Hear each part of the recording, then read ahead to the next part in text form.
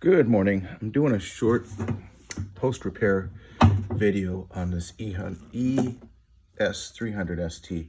Some of the things you need to do to keep this machine up and running continuously. So one of the issues I saw straight away, and it was pointed out by a customer, the staff, was this. This is your filter assembly. So in order to get that out, okay, I got some of the hoses removed just for clarity's sake. So what you do, and I'm going to try to put you down here somehow. I could try to film this by myself. So what we're going to do is actually lift up on this hose right here, okay, and gently turn it to the 12 o'clock position. And with that being done, this is when you can check your filter to make sure it's clean. Now speaking of cleaning the filter, I got to talk about something that I already saw previously here, and we have to continue to do this. Now, you have to measure the amount of chemical that goes into this tank, okay? Right now, it's overpowering. Also, I can see the water has already decayed. To keep your machine spray solution system healthy, you have to use a measuring cup, but this is residue that's actually going to end up sticking to your filter. So you measure it based on the manufacturer's recommendations, how many gallons, how much chemical. Now when you're done with the chemical, you can't leave it. It's only good for 24 hours. So you're going to have to drain it out from back here.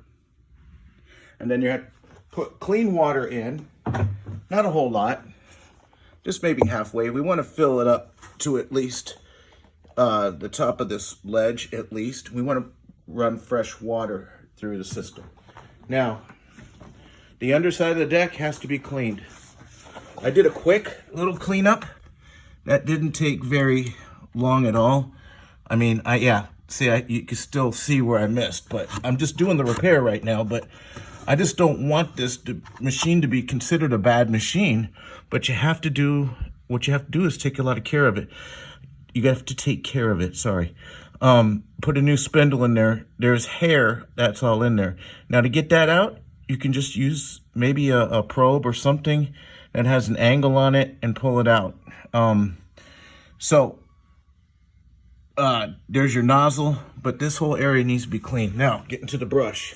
I tried to save it the best I can. It's not in too terrible shape, but you cannot leave the brush mounted up inside. I'm sorry, I had it the wrong way. You have to take it out when you're done because you have to clean. You have to clean under here, okay? Now, another good thing to do is to remove this, okay, which is mounted here, and you have to be careful pulling this hose off, but you can actually clean in here. All right, and I'm going to show you a tool that you can use for that. And of course, the tool's not here. Oh yes, it is right here. This is called a drywall knife. Okay, you got to be very careful with it, but what you do is you push it in and you start pulling it, and you get the debris out on the teeth. Best way to do it, run it under water and then pull it out, rinse it again. Okay,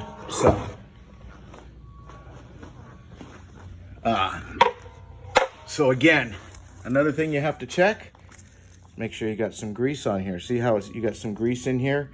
That's fine, any kind of grease. I don't like the silicone, but if it's a synthetic type of grease, whether it be red, white, or clear, you want to put it in there. But another reason why to take this brush out is you want to get some of these strands of carpet out of there. See, like this one? And then when you're done using it, you're going to put it in the recovery tank, which I have out on the other side. I don't have it, but that's simply put some of the best things you can do to keep the uptime on this machine. Here's your recovery lid assembly. It does come off the machine by twisting the hoses, and you can see what kind of buildup of mud develops over time. So you can actually put this underneath in a sink, and you can actually rinse it out through here and through here. We want to make sure our grid on our float cage is clean.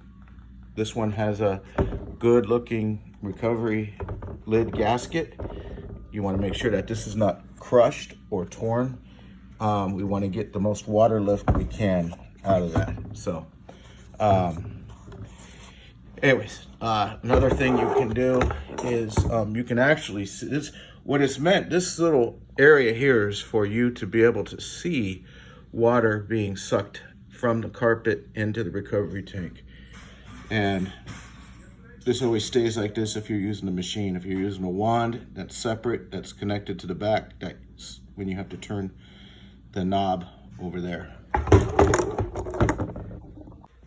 Filling up with water, and being that it was empty, I had actually put some cold water in just for testing, but look how much foam is already in here. So that means you're using too much, and I can still smell it. Another tip, and this is mandatory for all extractors. Inside this recovery tank, you must put defoamer.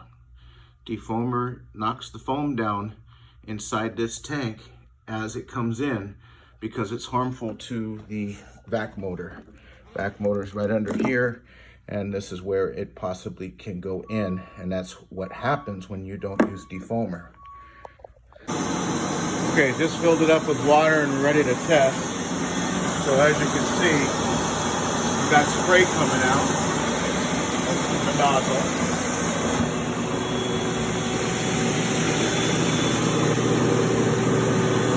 Another thing to make sure of,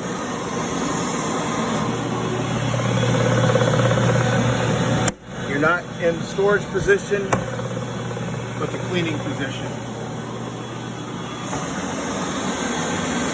Spray out, bring it back.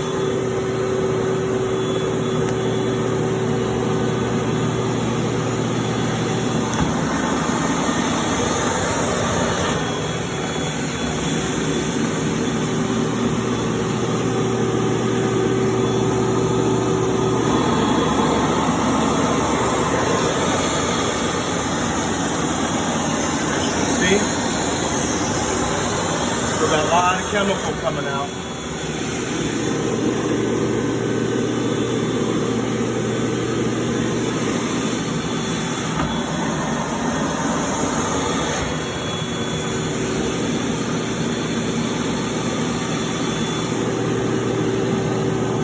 Okay, so now one of the things that we must stress before the end of this video, okay, is, see, this is our runner inside the shop, so got quite a bit. So there is foam, and there's going to be a little bit of foam, but I don't even have defoamer in here, so it's just going to build up and go in through this grid. It's not going to raise this ball up to stop the flow. Only this is for solid water as it rises inside. But what's the most important thing that I can tell you to do once you've completed is to run the vac motor for about a minute or two as you're cleaning up. Okay, you're rinsing out your tank and cleaning it out. Run this vac motor